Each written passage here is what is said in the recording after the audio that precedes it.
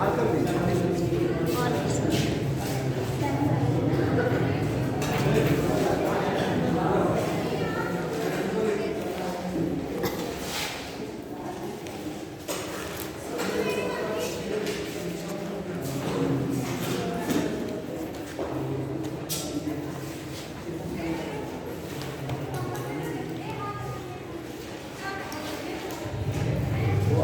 मुगल चित्रकला चल रहा था ना, जहांगीर ये थे।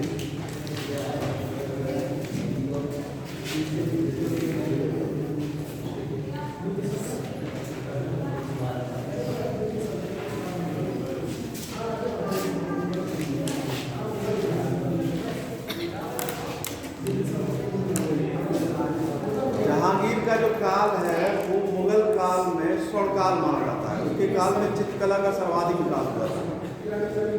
लेकिन चित्रकला का अगर ये क्वेश्चन आता है कि नींव किसमें पड़ी थी, तो हुमायूं के काल में। हुमायूं काल में नींव पड़ी थी। फिर अकबर के काल में भी विकास हुआ। अकबर के काल में भी बहुत से ऐसे चित्रकार थे जिन्होंने सहयोग किया था, और उसी में एक दसवंत थे जिसने आत्महत्या कर ली थी। उसी में एक बसावन थे, सबसे प्रमुख चित्रकार थे, उन्होंने भी चित्र बनाया था। बसावन का एक चित्र आप लोग बताते हैं, उस समय जो उन्होंने एक छवि चित्र बनाया था, एक घोड़े पर एक मजनू की तस्वीर बनाई थी। बसावन का चित्र ये अकबर के काल का है।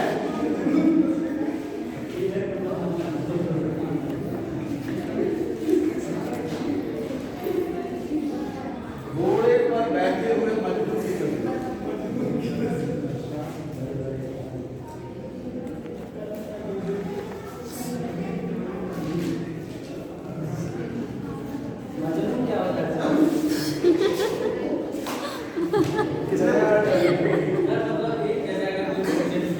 मजनू एक प्रेमिका के रूप में इसको दर्शाया गया। एक प्रेमी है, उनकी प्रेम कहानी थी, ठीक है।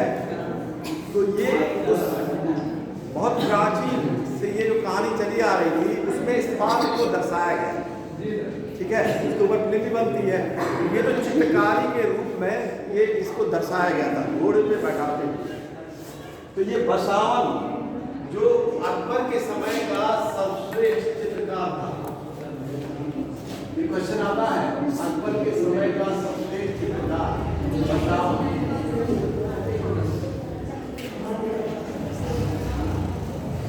जब जहांगीर गद्दी पर बैठा था, तो जहांगीर के काल में हमने कल बताया था बिशनदास चित्रकार, जिनको ईरान भेजा गया था चित्रकारी। लेकिन जहांगीर ने भी पहले अपने चित्रकला यानी चित्रशाला का नेतृत्व एक व्यक्ति को सौंपा, और जिनका नाम था अकालिजा।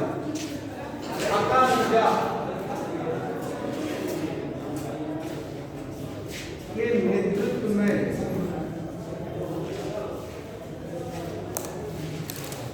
चित्रशाला की नींव रखी।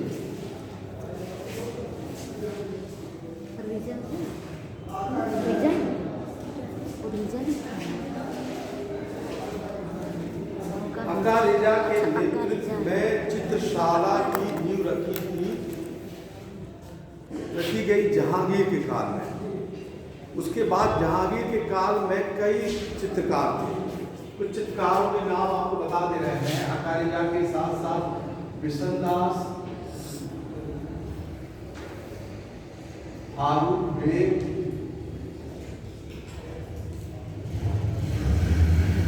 मंसूर,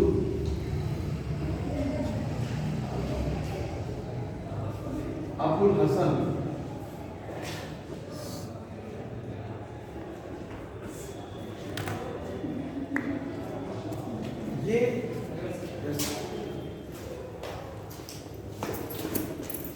ये उस समय के फेमस चित्रकार थे। जहांगीर के काल की विशेषता ये थी कि जो छवि चित्र थे वो व्यक्तियों के चित्र बहुत ज़्यादा बनते हैं। हाँ, व्यक्तियों के समूह के चित्र बनने लगे, उसके साथ साथ जानवर के चित्र भी बने और पुष्प फूलों के भी चित्र बनाने लगे। अकबर के काल में क्या हो, एक किताबों में जो चित्र ज़्यादा बनते थे, लेकिन यहाँ पर जहांगीर के काल में किताबों से हट के चित्र बनाए गए, एक अलग तरीके चित्र बनाए गए। अकबर के काल में ही देखिए चित्रकला में भित्ति चित्र यानी दीवार पे, अकबर के समय भित्ति चित्रकला की शुरुआत हुई। भित्ति का मतलब है दीवार में चित्र। और जहांगीर के काल में जो चित्र हुई वो अलग से एक एल्बम बनाया गया और चित्रकला उनकी जो है उनका शुरुआत होने लगी। ये छवि चित्र के रूप में और पक्षियों के चित्र भी बनाए गए। जहांगीर के काल में ये दोनों मंसूर और अबुल हसन ये सबसे चित्रकार थे। मंसूर जो था ये पक्षी चित्रकार था।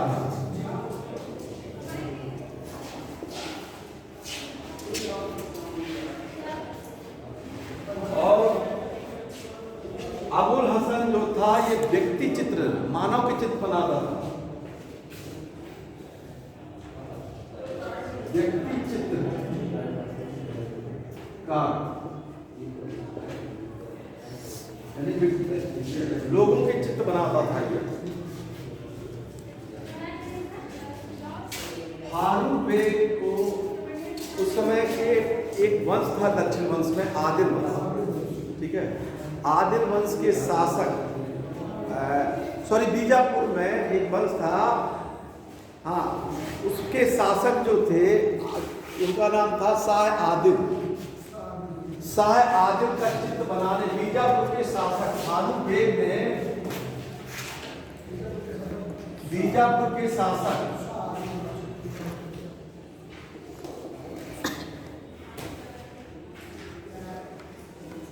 ये आदिल शाही वंश, ठीक है, इसको पूरा आप लोग कहेंगे आदिल शाही वंश में बीजापुर के शासक आदिल शाह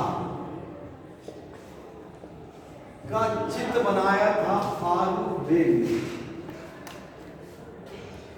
दक्षिण के बीजापुर जो कर्नाटक के पास वंश था, उस बीजापुर को बाद में औरंगजेब के काल में जीत लिया गया था। उसी बीजापुर के एक शासक थे जिनका नाम था आदिल शाह, उन्हीं का चित्र बनाया था फारूक बेग ने।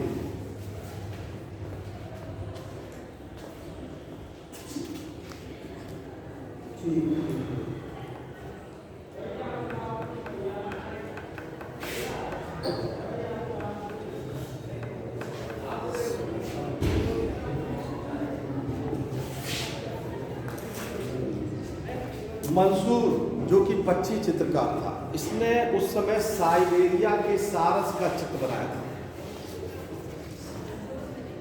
मंसूर ने साइबेरिया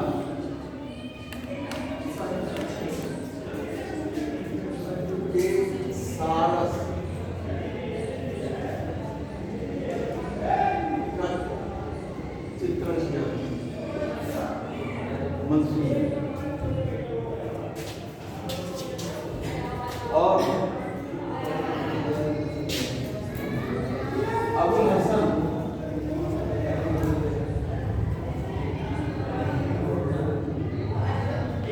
ये ड्यूटर के एक ईसाई आदमी जिनका नाम था जॉन, ड्यूटर के जान की तस्वीर बनाई थी अबुल हसन ने।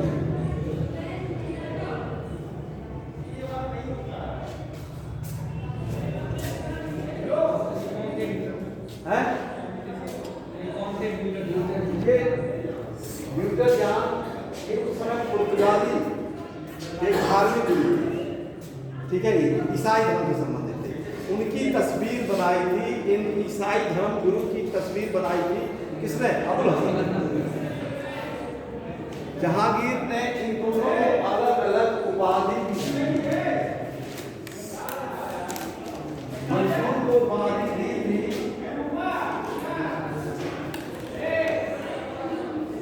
नादिर उल असरार या उस्र, ठीक है, नादिर उल उस्र या असरार, असरार मिला है। नादिर उल असरार ये अब कमाल है।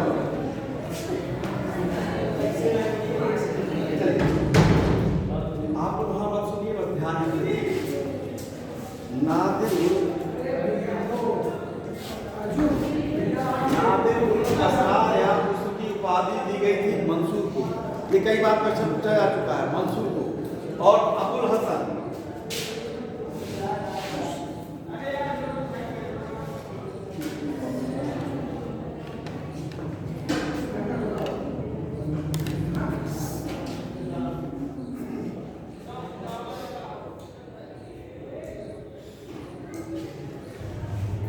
अबुल हसन को नादिर उल जमा की उपाधि दी गई।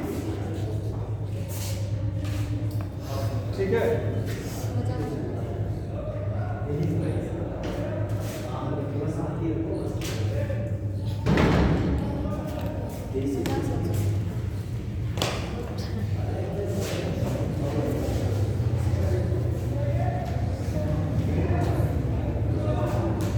इसके साथ साथ कुछ और भी चित्रकार थे के काल में।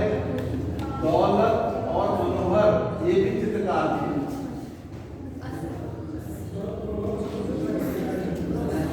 दौलत और मनोहर ये भी जहांगीर के काल के ही चित्रकार थे।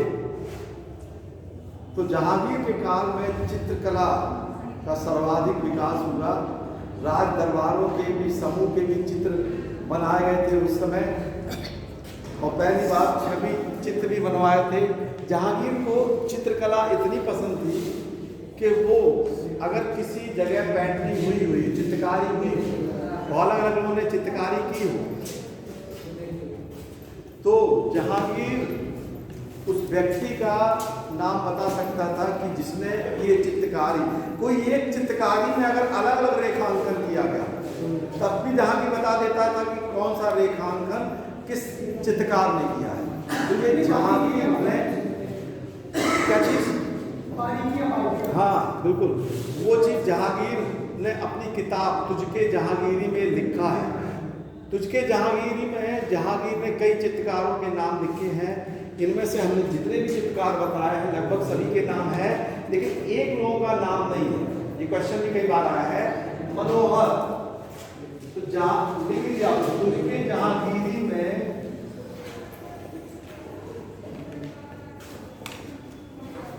मनोहर का नाम नहीं मिलता।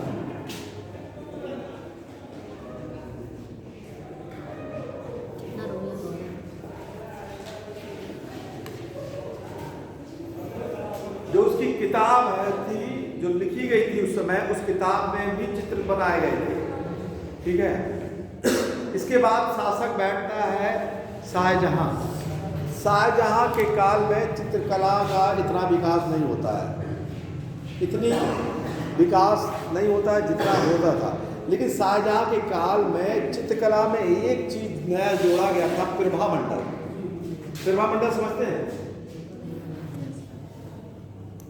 प्रभा मंडल क्या होता है?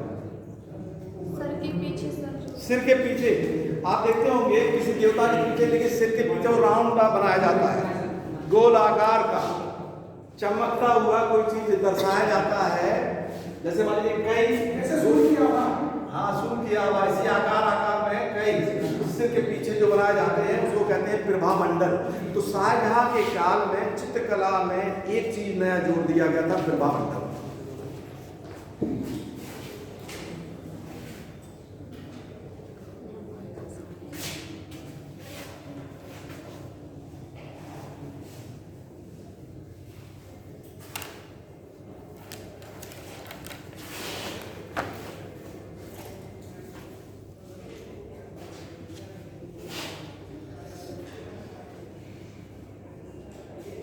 चित्रकला में प्रभा मंडल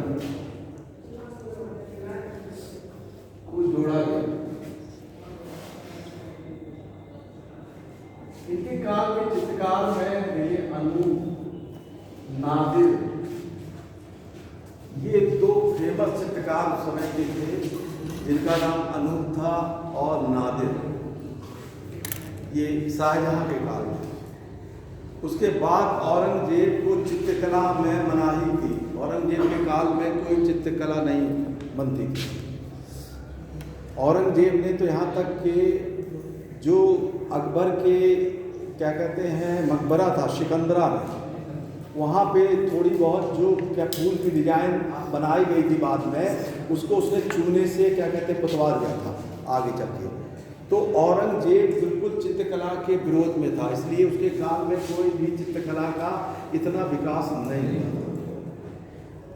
अब देखिए स्थापत्य कला हो गया, चित्रकला। अब आता है तीसरा टॉपिक इसी में मुगल काल में संगीत कला, साहित्य या संगीत। पहले संगीत बता देते हैं, आप संगीत कला।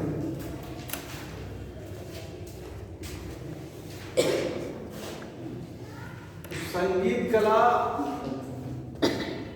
में का विकास मुगल काल में अगर हम लोग देखते हैं तो ना तो बाबर और ना तो हुमायूं, दोनों के काल में कोई संगीत का किसी चीज उल्लेख नहीं मिलता है। ठीक है, हुमायूं का हम रुचि देखते हैं कि हुमायूं को ज्योतिष में बहुत रुचि थी और वो 7 रंग के जिस प्रकार के कपड़े पहनता था, लेकिन संगीत के बारे में ज़्यादा कोई उल्लेख नहीं मिलता है। अकबर के काल में संगीत का विकास बहुत ज़्यादा हुआ था, अकबर के काल में। और उस समय अकबर के काल में महापूर्ण लोग संगीतकार समझ थे।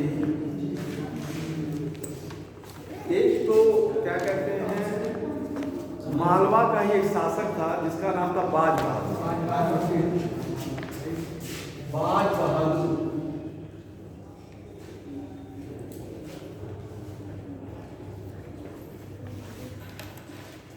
एक चीज और इसमें देखिए, शाहजहां की चित्रकला में याद आ गया, शाहजहां का एक चित्र बनाया गया था नृत्य करते हुए, सूफी नृत्य करते हुए।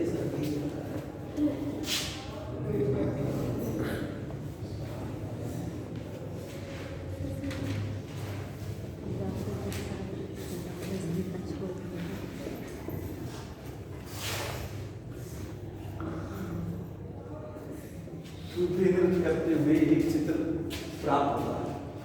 तो चलिए संगीत पे आते हैं। अकबर के काल में बाज बहादुर थे और तानसेन, बैजू बावरा,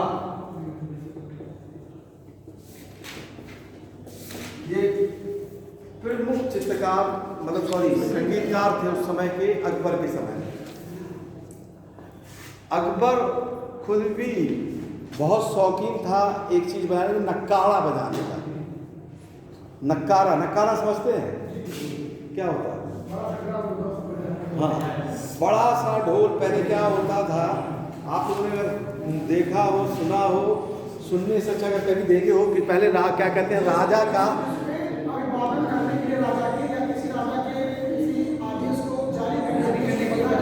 बजाया जाता था। उसमें कहा जाता था सुनो सुनो, पूरा बड़ा बनाया जाता, वो बड़ा सा तबले की तरह बहुत बड़ा ढोल होता था, उसी को नक्कारा कहते थे।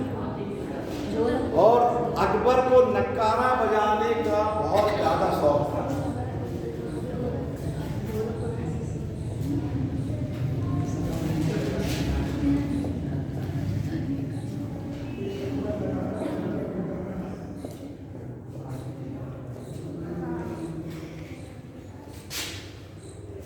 बाज बहादुर ये भी क्या कहते हैं नृत्य और संगीत दोनों में इनका योगदान था।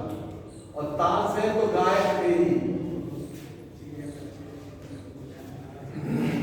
तानसेन उस समय के महत्वपूर्ण गायक थे जो अकबर के काल में महत्वपूर्ण जो है गायक के रूप में उस समय प्रसिद्ध थे तानसेन।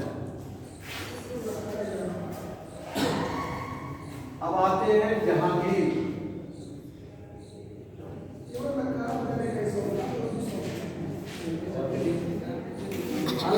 ज्यादा थोड़ा बहुत हो सकता है आते हो, लेकिन यहाँ पे नक्कारा उनको सर्वाधिक पसंद।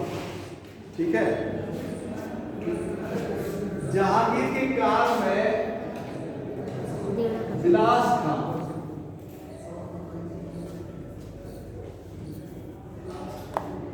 शौकी खां, मक्खू खां,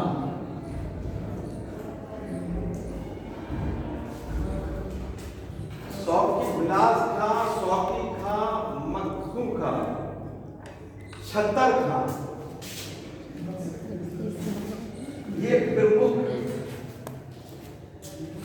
संगीतकार और गीतकार के रूप में ये फेमस थे। इसमें एक गजल गायक भी थे जिनका नाम था शौकी खान। शौकी खान को जहांगीर ने आनंद खान की उपाधि दी थी।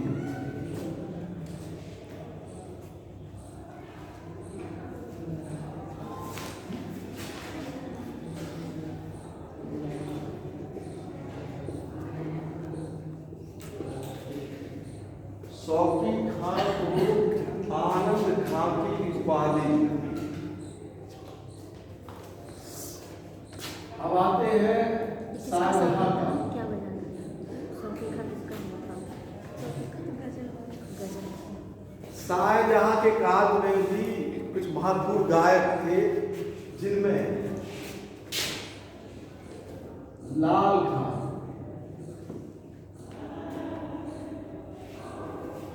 खुशहाल खान,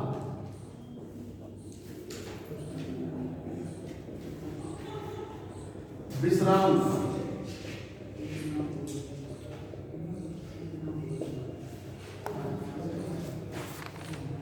शाहजहां ने लाल खान को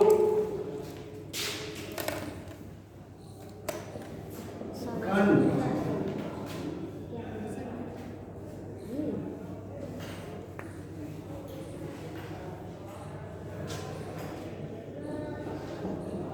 भरण विलास की उपाधि दी।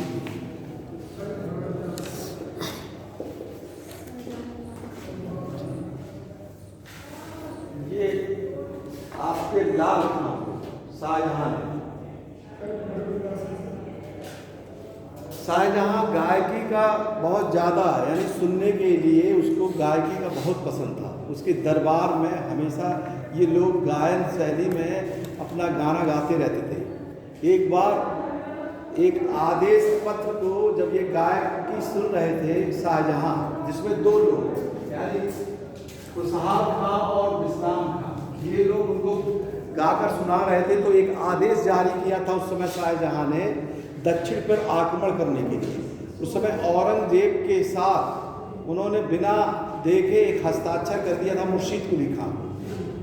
बाद में उसको परिवर्तन किया गया और फिर इन लोगों को दंड दिया गया, क्योंकि इनके गायन सुनने के कारण उन्होंने अपना जो आदेश था वो गलत जगह हस्ताक्षर कर दिया था। सुनने वाले, गाने वाले का कौन सा दोष है? गाने वाला तो अपना काम कर रहा है, गलती आप ना कर रहे हैं, गाने वाला थोड़ा किया है।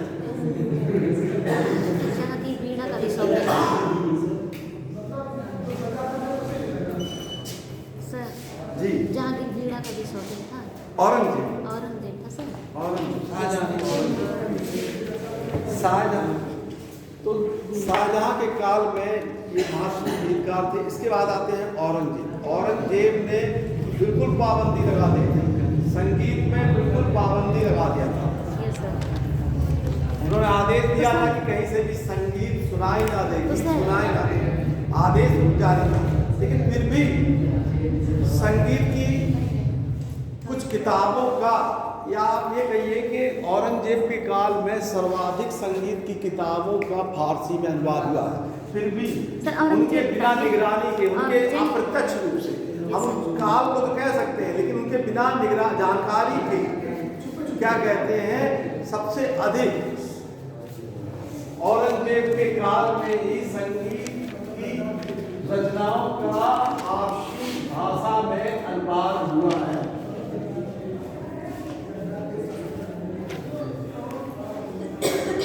क्वेश्चन आ चुका है, सर्वाधिक संगीत रचनाओं का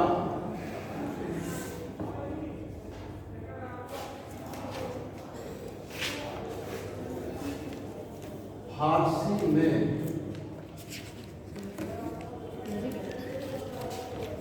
अनुवाद हुआ है।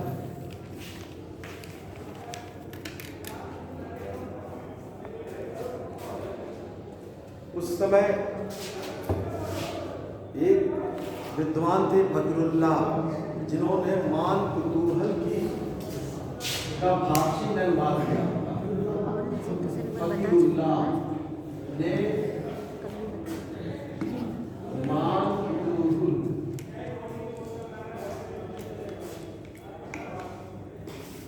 का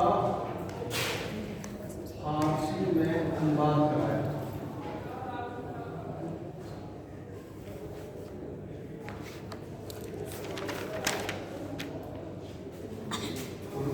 रोशन जमीर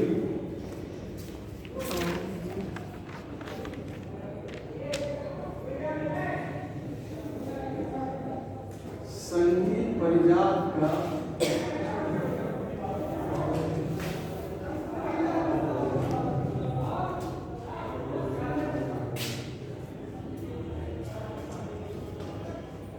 फारसी में अनुवाद कराया।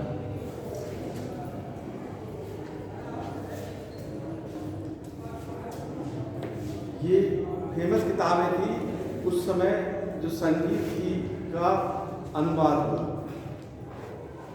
तो मुगल वंश में देखिए आपका चित्रकला और संगीत दोनों का उस समय देखिए कला के क्षेत्र में विकास हुआ उसका, ठीक है। उस समय देखिए जो भी विकास हुआ, जो पहले गायन की शैली थी बाद में आगे चल के परिवर्तित हो जाती है। चलिए आगे है, देखिए कला में साहित्य है, उसके बारे में हम कल बताएंगे आपको, ठीक है। बाकी आपसे क्वेश्चन भी हो रहे हैं।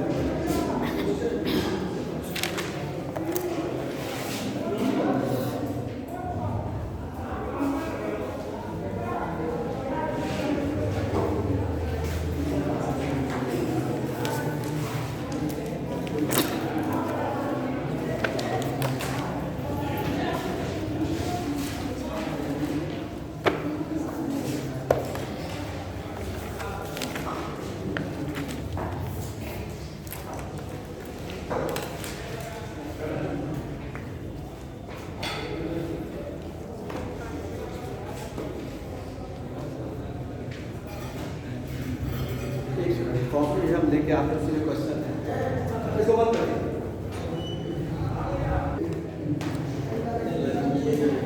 दूसरा पहले पूछ लीजिए, बाद में हाँ क्या पूछ आप लोग क्वेश्चन में लॉजिक देने की कोई जरूरत नहीं है। जब हम पूछेंगे तो हमको लगेगा तब बताइएगा आप लोग क्यों।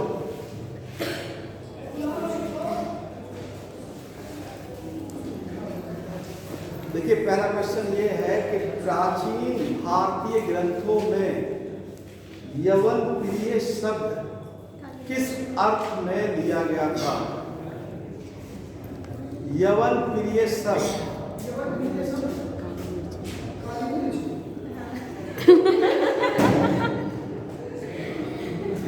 किस अर्थ में लिया गया था? सही है चलिए सर, क्वेश्चन चेंज कर लीजिए सर। ये सही है, सही है। Yes sir. काली में जहाँ तक लोगों को मालूम है, यस सर, बहुत लोगों को नहीं मालूम है, जान लीजिए उस समय पुर्तगाल के टाइम पे था। यस सर, पुर्तगालियों के द्वारा गाया था। देखिए बोलिए मत। चलिए अब क्वेश्चन है कतरगाड़ का, ध्यान से सुनिए। ये तो आपने बता दिया, ठीक है, फिर अब मत बताइए।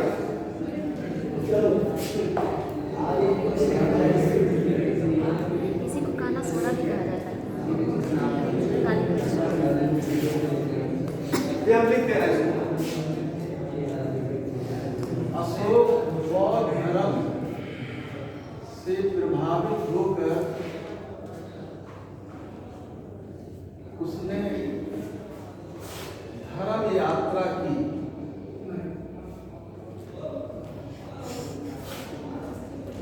उसने अन्य धर्मों के कुछ कर्म माफ कर दिए।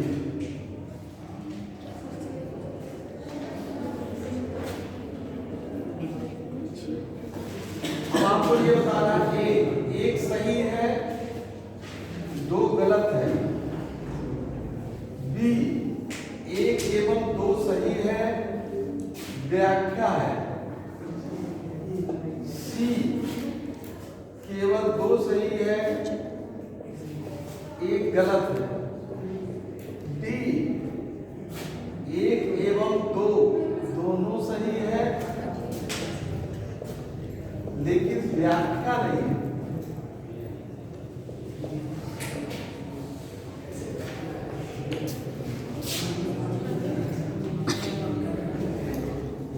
ठीक है, अब तो हमने लिख दिया क्वेश्चन, अब तो आप लोगों को समझ में आ गया।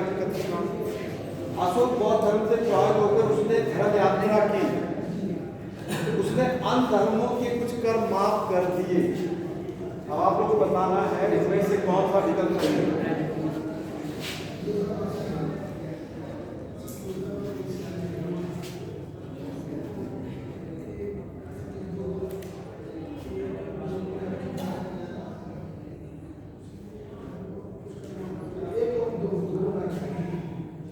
चलिए ए कितने लोग कह रहे हैं, अपना अपना आंसर और बताइए।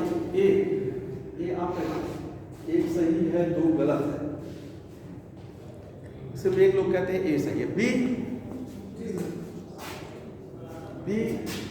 3 लोग कह रहे हैं 1 एवं 2 सही है, व्याख्या। सी केवल 2 सही है। अच्छा, ये 2 लोग कह रहे हैं कि सी केवल 2 सही है, 1 गलत है, पहला गलत है। और डी 1 एवं दोनों सही है, लेकिन व्याख्या नहीं है। बहुत कम लोग उत्तर मारे बात, करीब 10 बार लोग, बाकी मेरा बी ऑप्शन, आपका बी ऑप्शन है। फिर से एक बार हम डाल लें, अब राउंडिंग कर लें। ठीक है, आप लोगों को उत्तर आराम से उत्तर दीजिएगा। ए आपने कहा 4 3 5। अच्छा, उत्तर चेंज भी हो गया था। पहले तो आप ही ने ये कहा था, सिर्फ 1 लोगों ने कहा था। अब फिर से ये बताइए कितने लोग कहा ए? 1 2 3 5 और बी 3 4 5 और सी 1 और डी। कुछ लोगों ने उत्तर चेंज कर दिया, कुछ लोगों ने फिर उत्तर ही नहीं दिया जो अपना उत्तर देना था, ऐसा भी किया। लेकिन इसका उत्तर ए ही सही है। पहला तो बिल्कुल सही है, लेकिन अन्य धर्मों के कर काम आप किए थे उसमें। सिर्फ बौद्ध धर्म का कर यानी लुम्बिनी हो गया था, और वहां पे तो ए सही है, 1 सही है, 2 गलत है।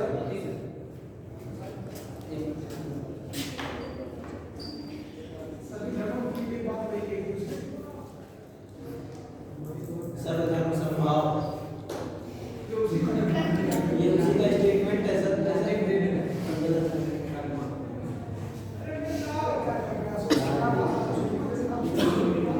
आपको बताना है किस कुषाण वंश के शासक के सिक्के पर सर्वाधिक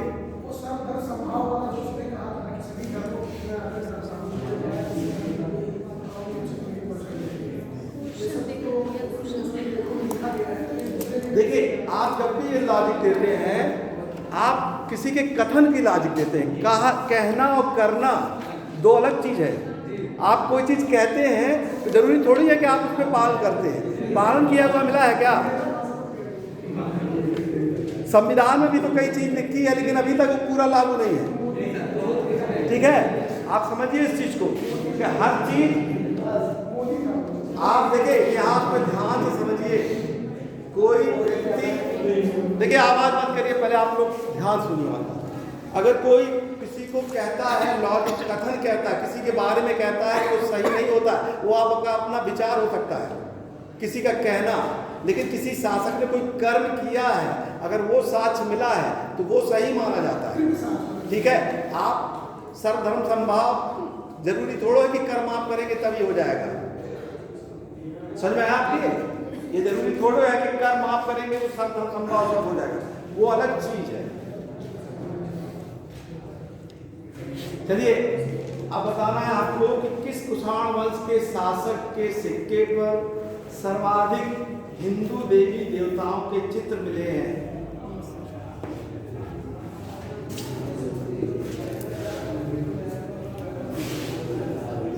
ए वासुदेव,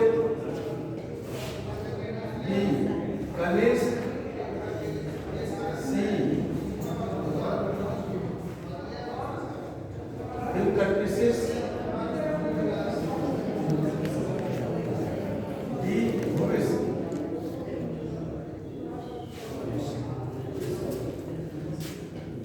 कुषाण वंश के शासक के सिक्के पर सर्वाधिक देवी देवताओं के चित्र का अंकन हुआ है? चलिए, कितने लोग ये कह रहे हैं? एक वासुदेव। बी कनिष्क, कितने लोग कह रहे हैं?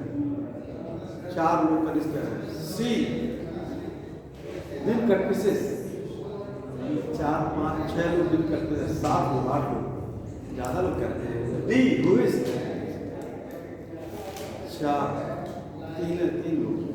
इसका उत्तर हुइस की सही है। बी हुइस के सिक्के पर सर्वाधिक देवी देवता के चित्र।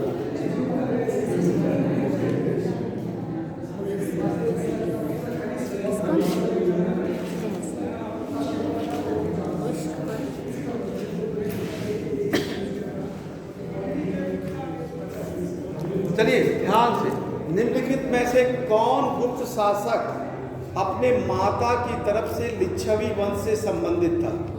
निम्नलिखित में से कौन सा गुप्त शासक अपने माता की तरफ से लिच्छवी वंश से संबंधित था?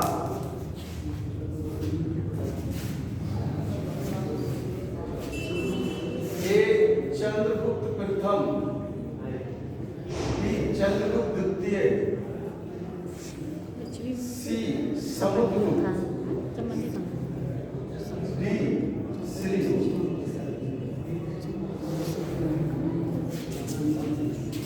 इनमें से कौन सा गुप्त शासक अपने माता की तरफ से लिच्छवी वंश से संबंधित था? समझ में आया क्वेश्चन? Yes sir. चलिए, एक कितने लोग कह रहे हैं? चंद्रगुप्त प्रथम,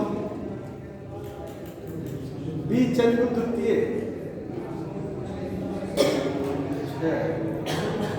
सी समुद्रगुप्त,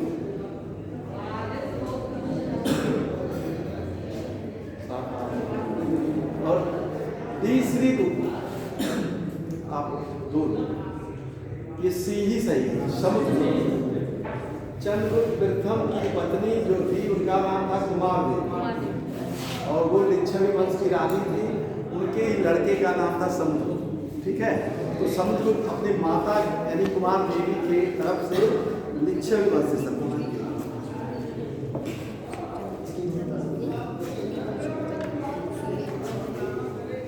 चलिए, आपको 2 कथन फिर से दे रहे हैं, ध्यान से इसको पढ़िएगा और आंसर माना लिखना। हम इसको लिख दे रहे हैं, कथन लिख दे रहे हैं, ए और बी।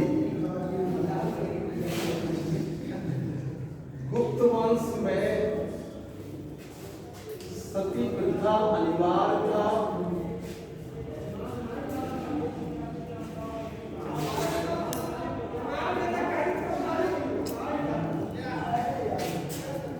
उस समय 5 जमाना लोकप्रिय था।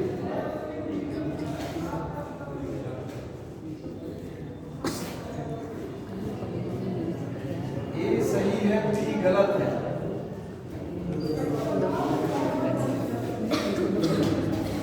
ये सही है, ये गलत है।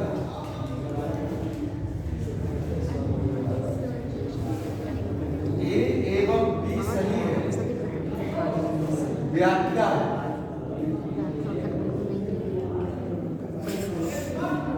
ए एवं बी सही है, व्याख्या नहीं है। चलिए, आपके साथ सामने क्वेश्चन है कि गुप्त वंश में सती प्रथा अनिवार्य था। उस समय 5 जमाना लोकप्रिय थे।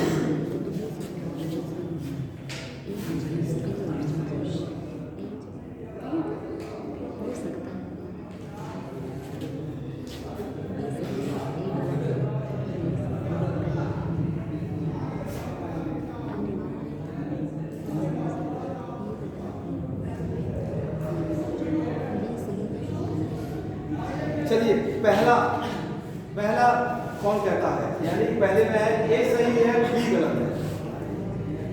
2 लोग, 3 ही लोग कह रहे हैं कि मतलब पहला ही सही है। दूसरा बी सही है, ए गलत है।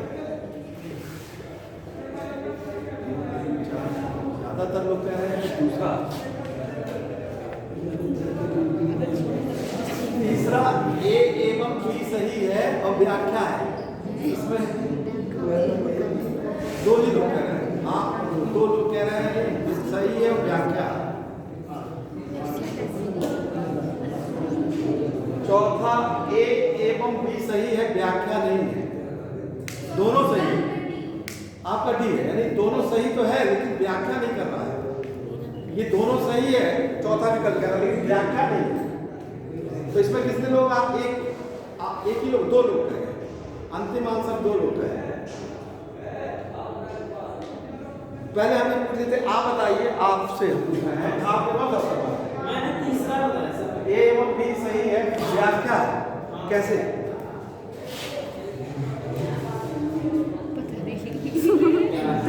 आप बताइए, तो आप पहले बताते हैं, आप बताइए कैसे लागू है?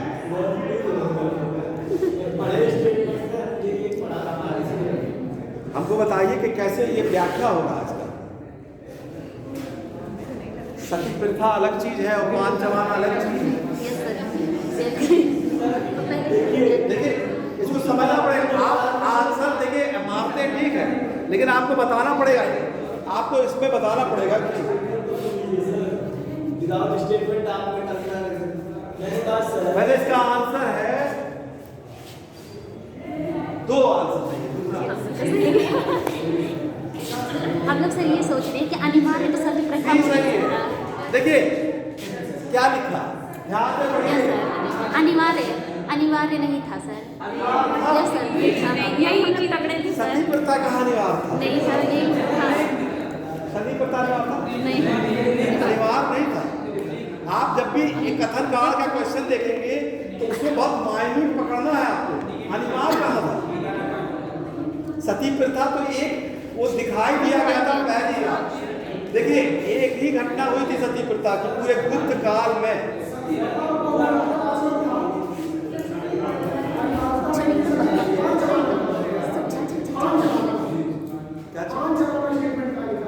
क्या चीज?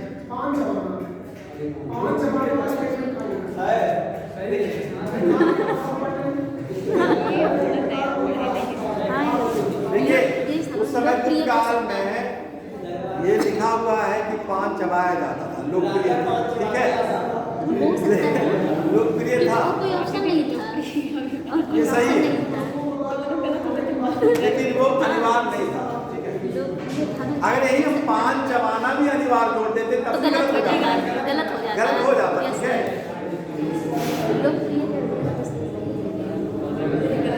हाँ तो गलत हो जाता है। तो लोकप्रिय हो सकता है, कुछ भी हो सकता है। कुछ लोग खाते होंगे तभी तो हो सकता है आगे आ जाए। चलिए आपको चार अभिलेख बताते हैं, आपको इनमें से क्रम बताना है, ये अभिलेख कब से कब के हैं। बहुत ध्यान से इस तक पकड़िएगा, महरौली इस पर ले।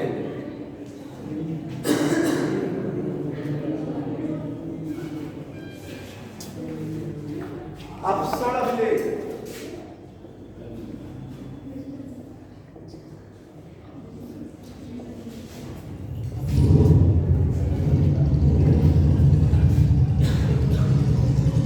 इलाहाबाद स्तंभ लेख,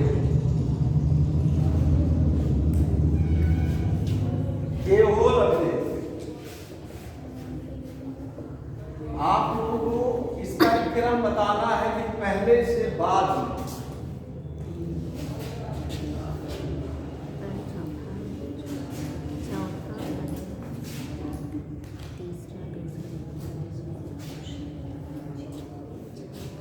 जो पहले बता दिएगा उसी का आंसर मान लीजिए। ऑप्शन इसलिए दे नहीं रहे इसका, सर ऑप्शन दे दीजिए। बाद में अगर कोई नहीं बता पाए तो दे देगा ऑप्शन। 2 मिनट है आप लोगों के पास, अगर कोई पहला बता दिया, देखते हैं कौन पहला बताते हैं। कोई एक पहले लिखवा दिया तो अगर वो सही हो गया तो ऑप्शन है, तो अभी तक क्या ध्यान रखिए। चौथा, पहला, तीसरा, दूसरा, चौथा। सर पहले 4 आएगा।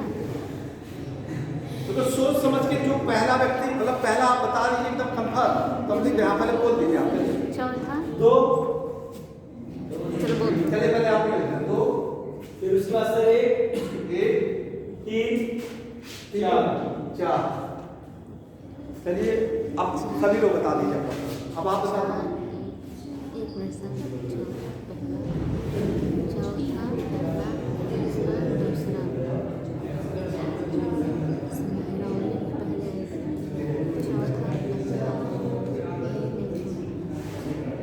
चार एक 3 2 3 2 1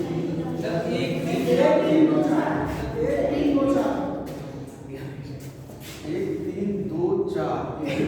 सर 1 3 4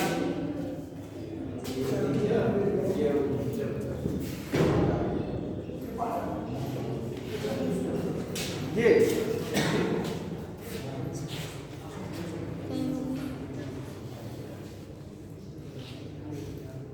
लास्ट हम आप लोग को ऑप्शन देते हैं कि जिसमें कोई बता दे अभी चारों गलत है।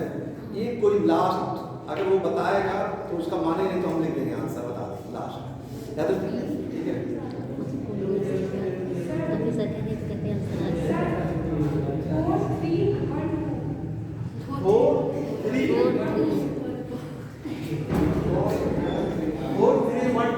हमारे सर आ गए हैं सर। ये भी गलत है।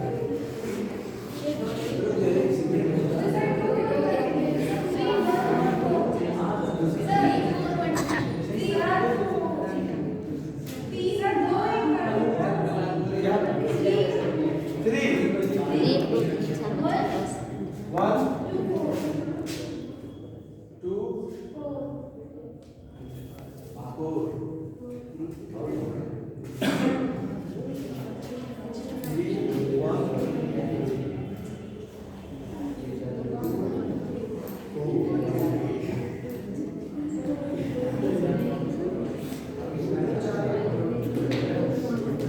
दो तीन चार बचा 1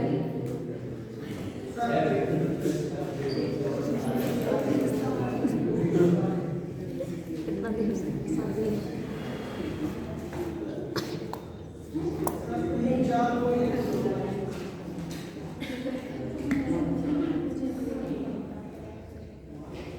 अभी भी सही नहीं हुआ।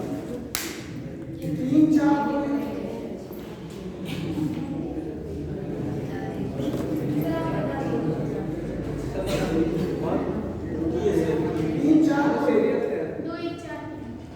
2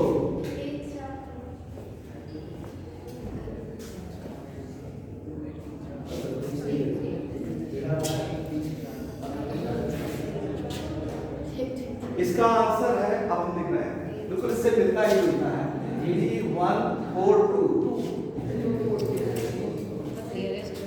यानी पहले आएगा समुद्र, फिर आ जाएगा तृतीय, फिर आता है ये पुलकेशिन, उसके बाद ये उत्तर वंश का है, इसके बाद ये आता है अक्षर अभिलेख सबसे बाद में आएगा। ठीक है 3 1 4 2। तो ये तो आप पढ़े हैं, देखिए ये तो समुद्र तृतीय का था और ये तो आप जान ही रहे थे। वैसे हम लिखते तो आप लोग पकड़ देते, लेकिन हमने लिखा नहीं।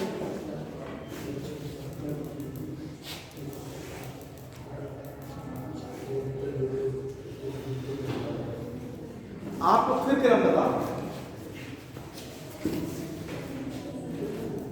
लास्ट क्वेश्चन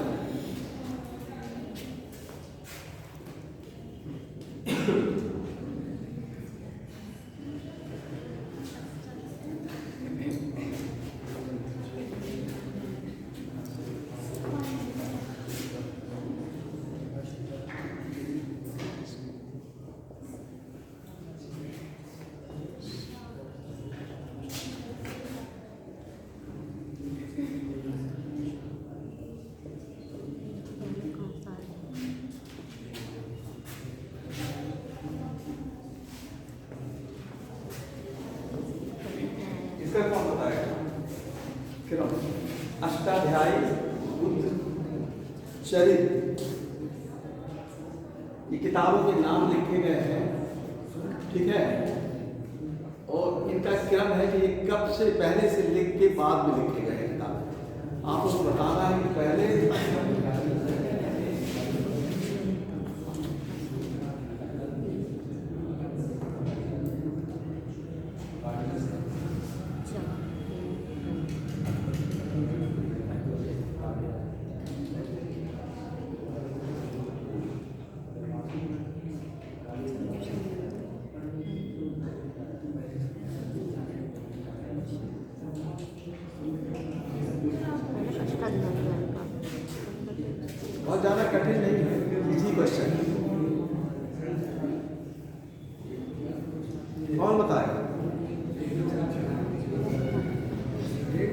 1 2 4 3 1 2 4 3 1 और कुछ आएगा 1 4 2 3 1 4 2 3 सी और कुछ 2 3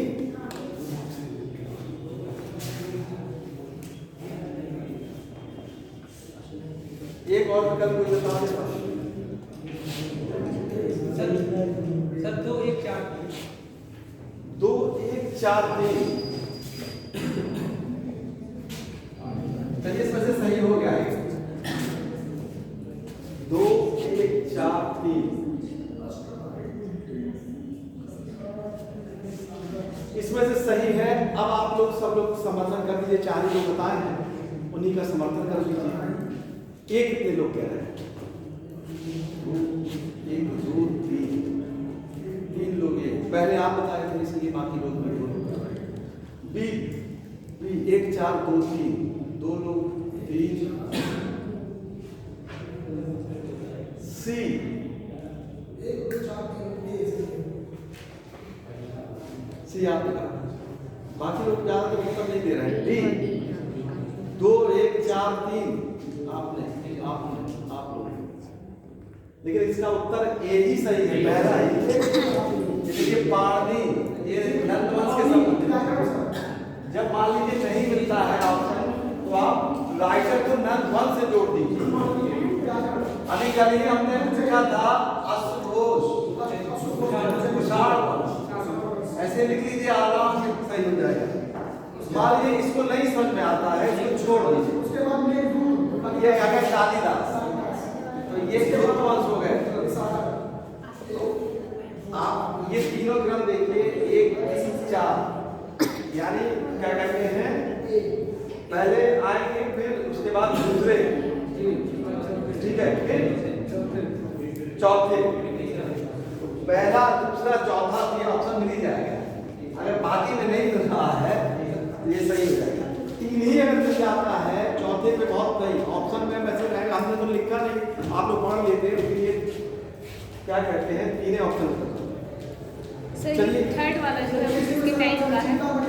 ये कथा सरित सागर, कला सरित सागर किस कथा कला नहीं, कथा है। Yes sir. कथा, ये भास की किताब है, ये 12वीं शताब्दी, ये 12वीं शताब्दी की पुस्तक है।